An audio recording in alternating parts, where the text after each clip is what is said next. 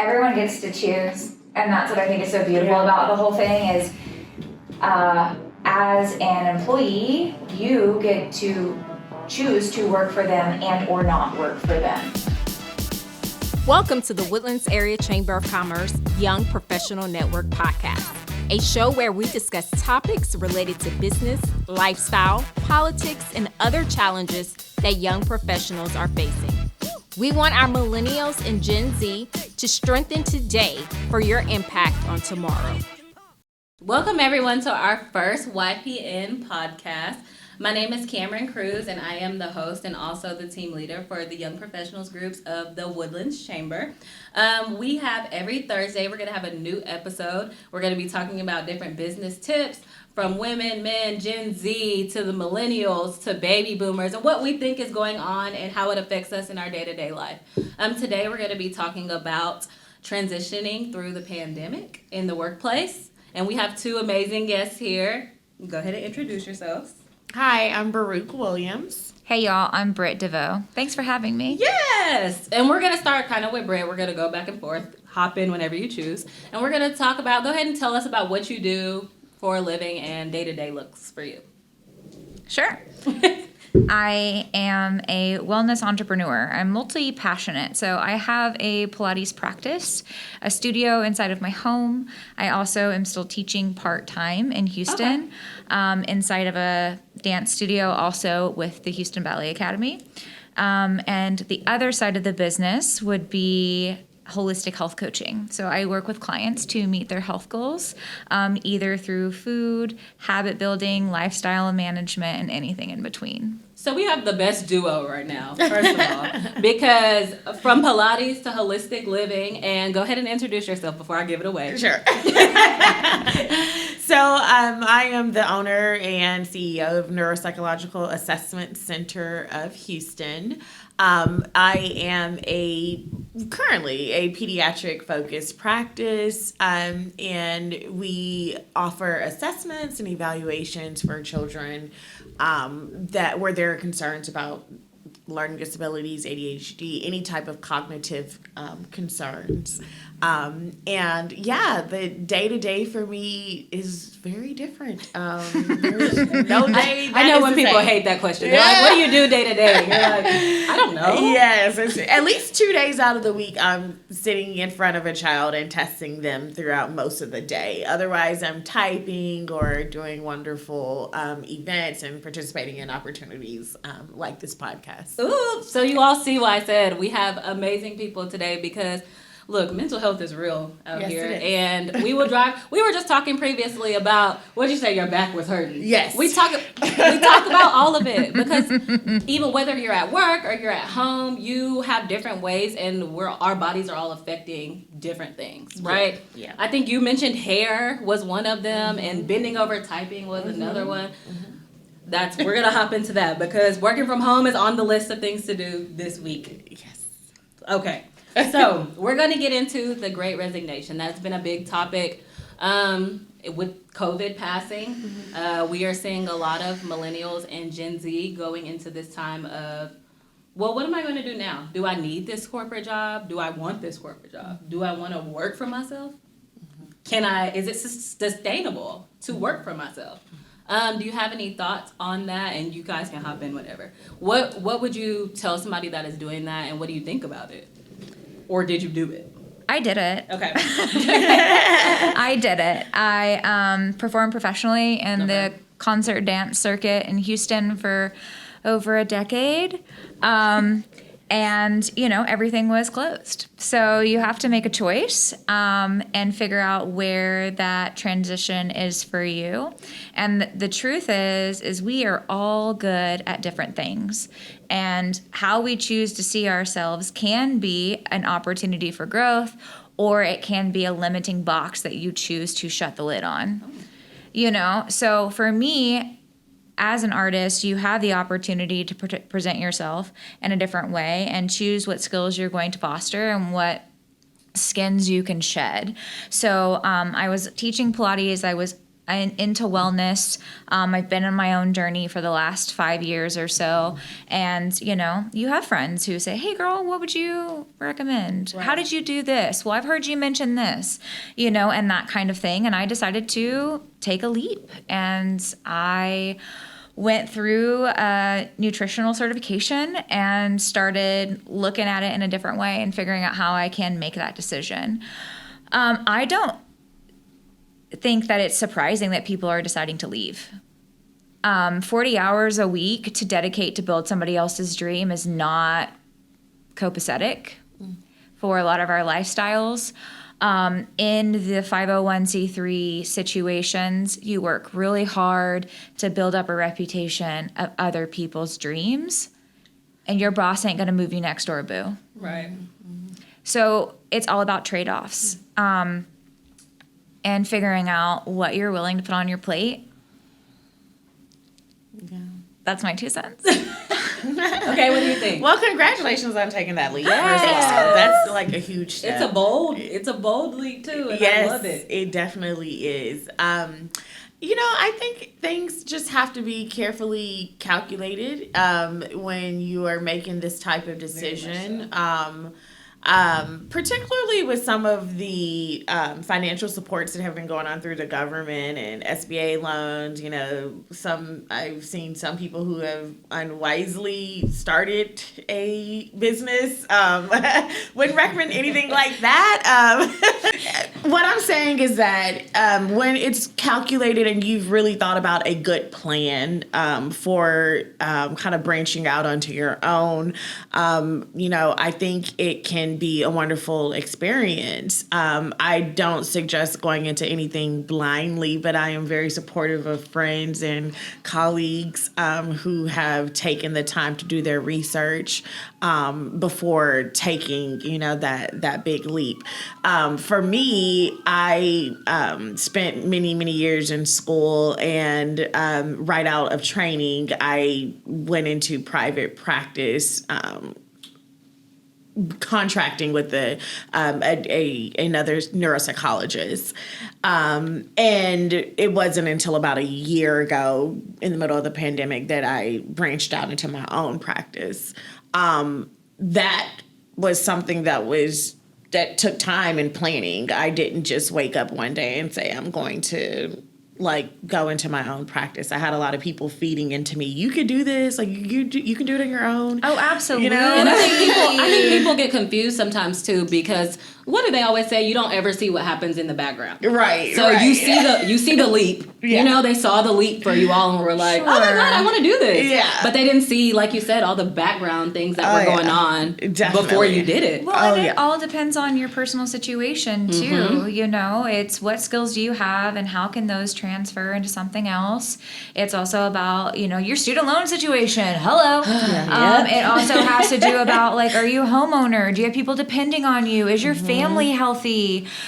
Is your spouse needing you to lead, or are you in a spousal support situation?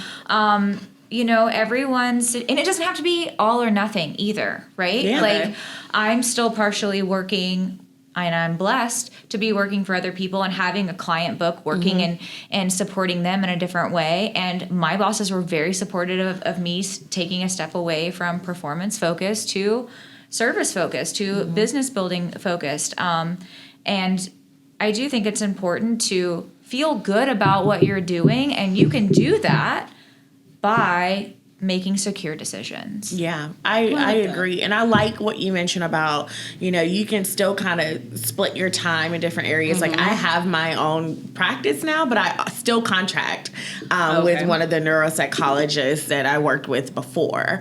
And, you know, maybe one day that transition will happen where I'm completely just doing my own thing. But right now that works best for me. So I agree with that. If you can, you know, if you are able to have that type of setup where you can be half into one situation and, you know, half into your own business. But to consider that there are two sides of every coin of the have, right? Yeah. I have the risk on top of having the freedom.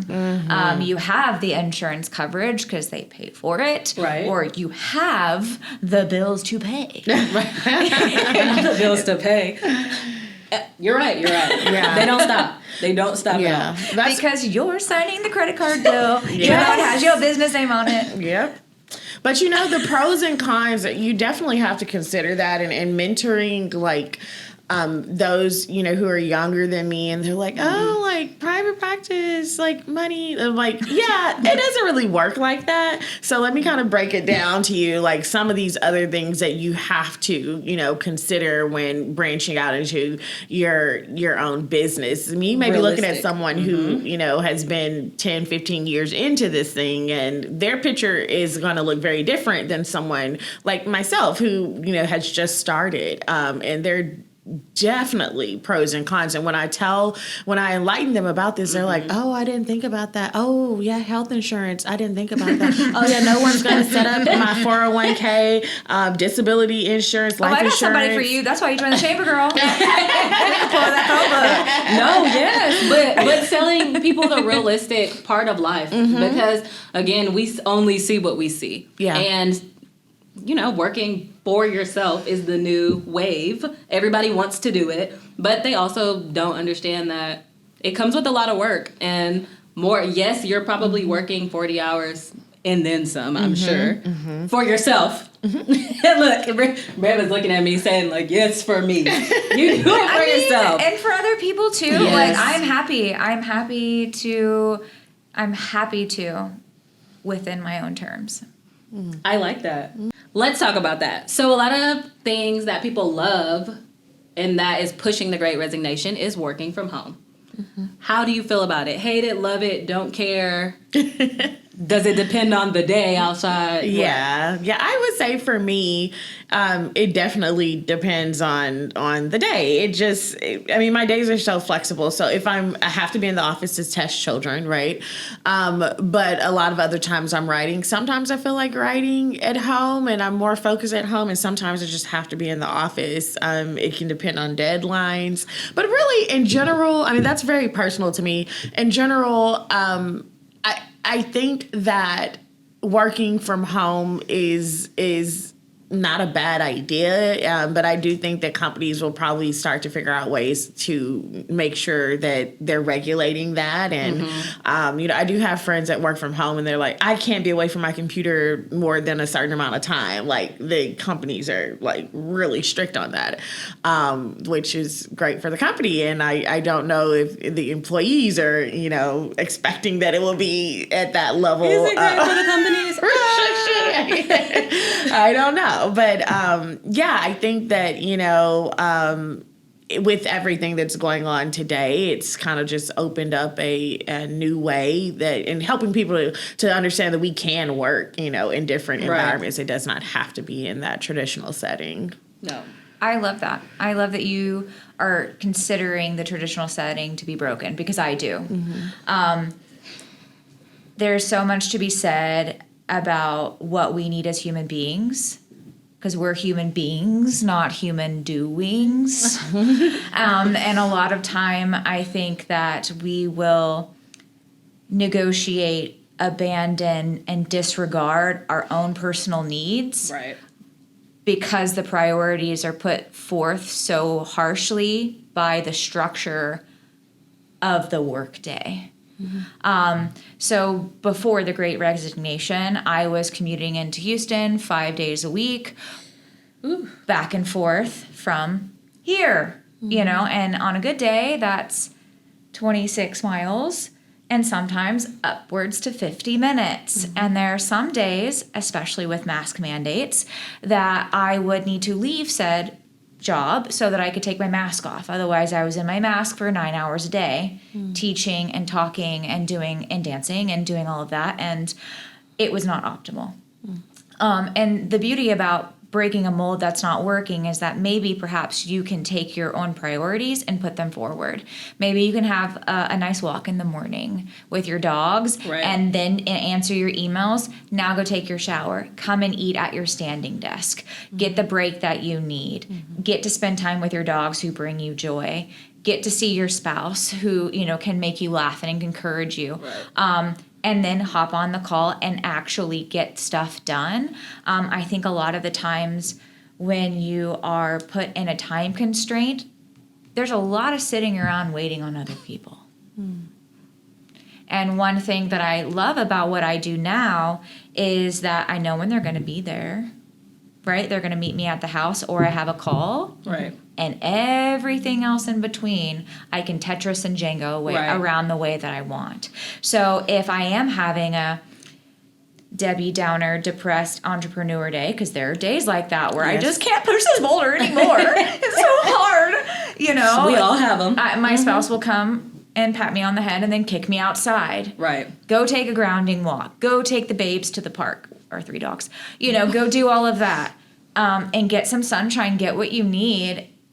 Because you staying inside in the dark isn't helping. And having a minute to regroup. I think sometimes we don't think about an office setting. And yes, it's amazing socially to be around people, but sometimes people don't work well like that. If I'm in a hallway with 15 other people, number one, I don't need you knocking on my door every 10 minutes.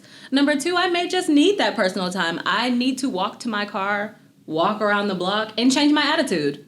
I mean, realistically, I know as a child you were told lots of times to, like, just have a minute, take a minute. And I think being in an office space takes away your minute. And I always wonder, which I'm going to pose the next question, do you think corporations will have to go away from in-office settings? Do you think they'll open the door from working from home since COVID? Everyone gets to choose. And that's what I think is so beautiful about the whole thing is, as an employee, you get to choose to work for them and or not work for them. I know once upon a time there was a loyalty agreement that you would work for this company, you'd continue to cash in your checks for these companies, and you were going to get your retirement for those companies, you were going to die with those companies. But that's not how people are doing it now, right? And that's not how I would want to encourage those that I love to do that either. You know, it's like finding something that works for you. And especially if you want to grow a family, especially if you want to be there for your sick parents, especially if you need to be a part of a community like we are now, right? And some people don't accept that. And are you going to accept them not accepting that? Do you think you'll see a decline? We already are. We already are. People are not taking jobs. And, you know, you're seeing those companies make those decisions about like, well, we'll pay you this much money to come in and interview. I have seen that. Wow. You know, and we're already seeing that. So we'll see. Yeah, I will say, I think, you know, overall different people may need different things. And so I like the idea of flexibility within the companies. Like, you know, for example, for me, sometimes I want to be at the office because I actually... no one's going to bother me because it's just my office, right? Okay. But so it's a little different than working in like a big company, right? But for me personally, no one's going to bother me. But like I leave my office door open just because I know people are walking by, and in my mind I'm like, okay, I'm working. Like, even though nobody is going to be like, Baruch, what are you doing? It does something for me. Occasionally it does something for me. But honestly, the past couple of days I've had like been dealing with anxiety, and let me normalize that. I'm a psychologist that has anxiety, and it just, I needed like mental health, like breaks. And even this morning, like I had to sleep in. I needed that today. Like that flexibility, like I can, you know, I would hope that companies would be more open to that. So I can work from home, or I can sleep in a little bit later and take breaks to, you know, take the babes walking or no, but really though. No, that's why not? Who says 8 works for everyone? Who says it should end at 5? Because if you are in any kind of different industry, it changes, right? Like you want to be able to come and see your Pilates instructor after 5 o'clock. So yes, but okay. But you're not going to expect me to work from 8 to 8. Right. Yeah. Because you don't want that, and I don't want that. Right. I can't do that. So why shouldn't I get to take a nap in the middle of the day? Right. Why shouldn't I get to go to Costco when it opens because it's not busy? You know what I mean? Like I can choose that, and you can choose that, and I can choose what I say yes to. So. Yeah. So yeah, I agree. I like that idea of that flexibility is kind of like what you're describing, because one thing doesn't work, you know, for every person. And I think you hit it. You made a comment about having a friend that worked from home and you have to move your mouse every 4 seconds because I really, for any company out there, that is not efficient. I'm just saying it's because I always think when you're at the office, who is working the whole 8 hours you're at work? Well, that's my issue. Right. That's my issue. Who is doing that? And if that's the case, then you better let me go when you say you're going to let me go. Because technically I'm not here right now. And I am here right now. No. Yeah. That's very true. Yeah. And that could get a little, I don't know, life has happened and I think It makes you resentful. Don't lie. It makes me mad. It makes me angry. Don't do me like that. No.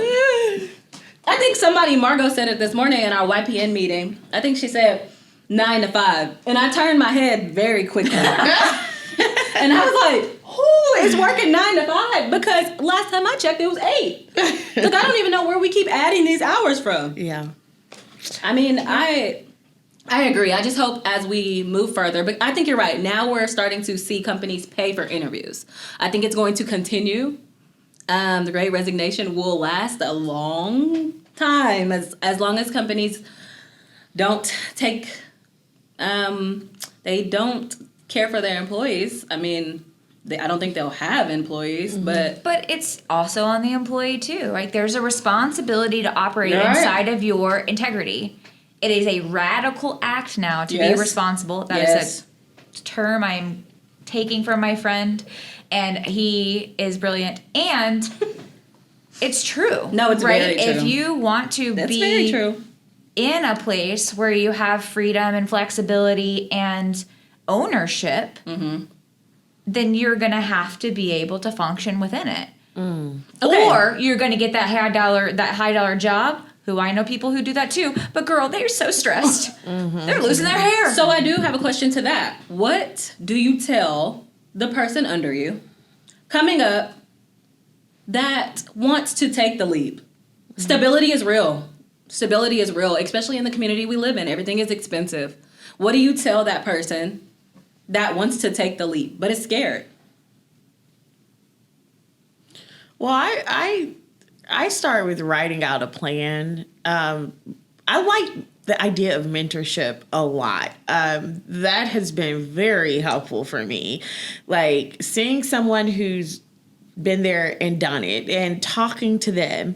It probably would be helpful more so if they were in your area, but it doesn't have to necessarily be. But somebody has already kind of done it before. Right. You would put your own spin on it, but it's helpful to at least start with, okay, this is kind of what I did and how I got started, and this is what helped me. And then you kind of use that as a blueprint and then go from there.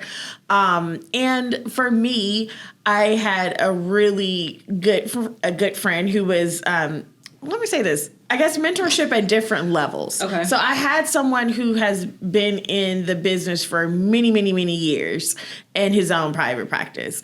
And then I had a friend who was closer to like maybe a couple years ahead of me and being in her own practice. And she was the one who was like, let's sit down. Let's start writing a list of like what it is that needs to happen. What do you need? She was my like accountability person. And she'd check in and be like, hey, how did that go? What's your plan for this week? You know? And so there was just some lead up and build up to making that leap. But yeah, I just didn't go to the cliff and just jump all the way in. Well, it's, figuring out what your trade-offs are, figuring out what feels comfortable for you, and then say, can I go a little past that? And then also taking a good look at what you have and what you think you don't need anymore. Okay. I think there's a lot of us who are wanting to hold on to everything we are, whether that's our old characteristics of ourselves, identifiers, or, responsibilities that we think are ours, and we're just dragging that heavy wheelbarrow behind us and saying that we got to keep carrying it, and you don't, and you can choose to do something different. Look at those subscriptions you're not using anymore, and why are you paying for them? I'm sorry. Get a budget, girl. Get a budget because you don't need to pay for that if you're not using that. Do you really need 5 TV subscriptions? No, you do not. You do not need that. You don't need to spend that much money shopping. Figure it out, because you can. You can. You're then pay.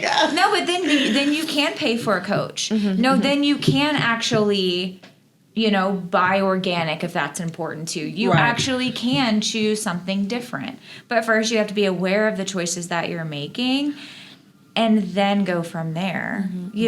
And take a survey. Look at the people who are closest to you and be like, what do you think I'm good at? What do you think I can let go of? And how do I hold myself back? And there are so many free resources out there, whether it's YouTube, podcasts, whatever that is. Get into your field, figure out what's the highest rated, and then figure out, nope, that's garbage, and then move on.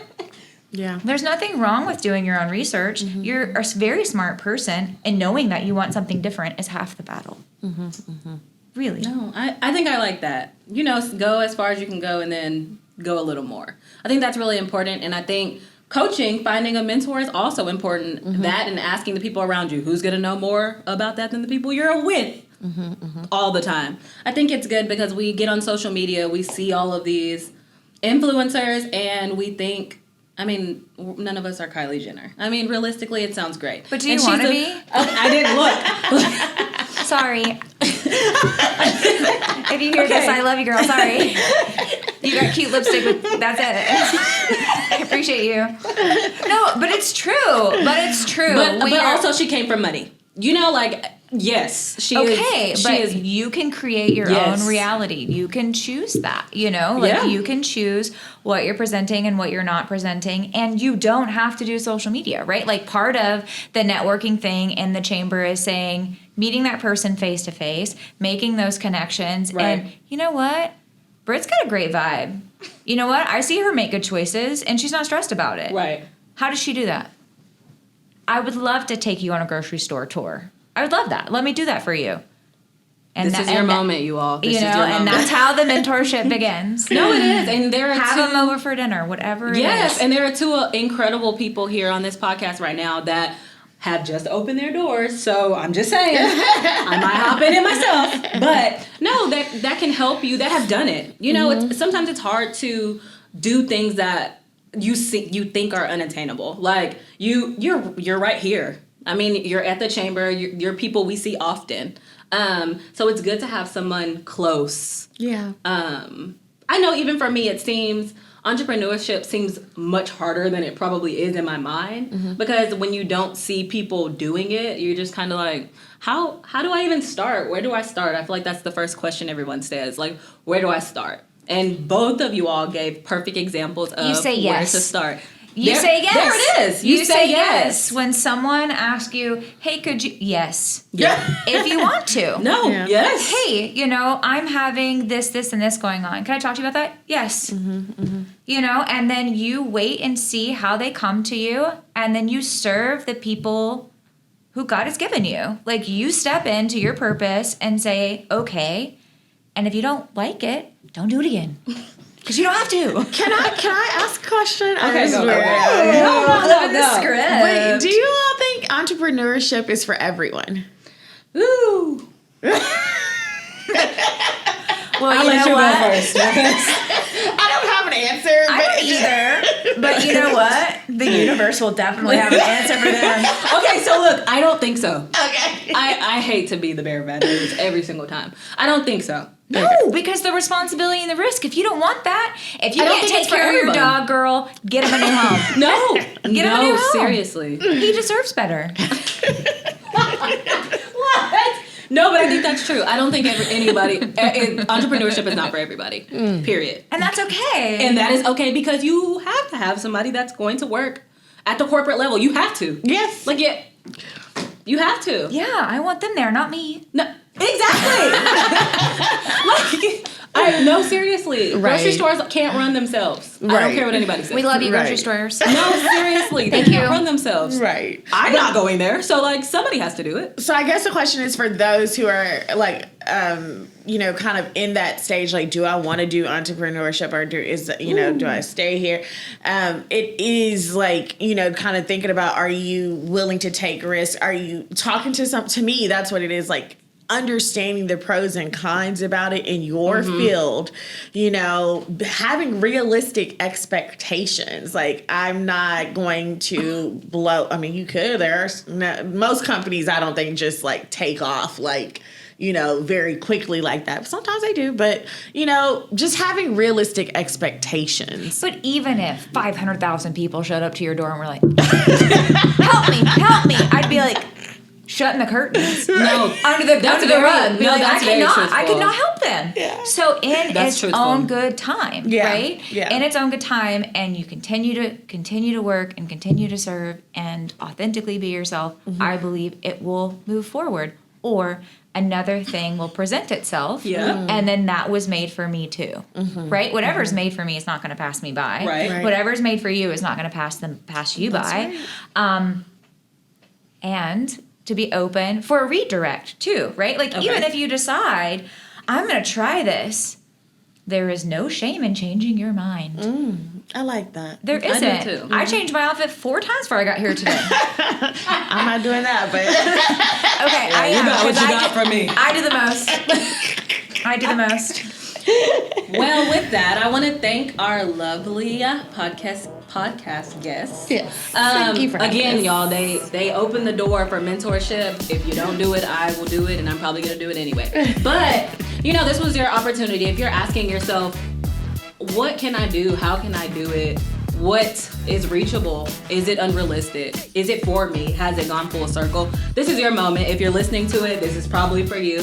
And we want to thank you for listening. I want to thank all of our listeners. Come back every Thursday for a new episode with the Young Professionals Podcast. Thank you guys. Thanks for having us. Bye.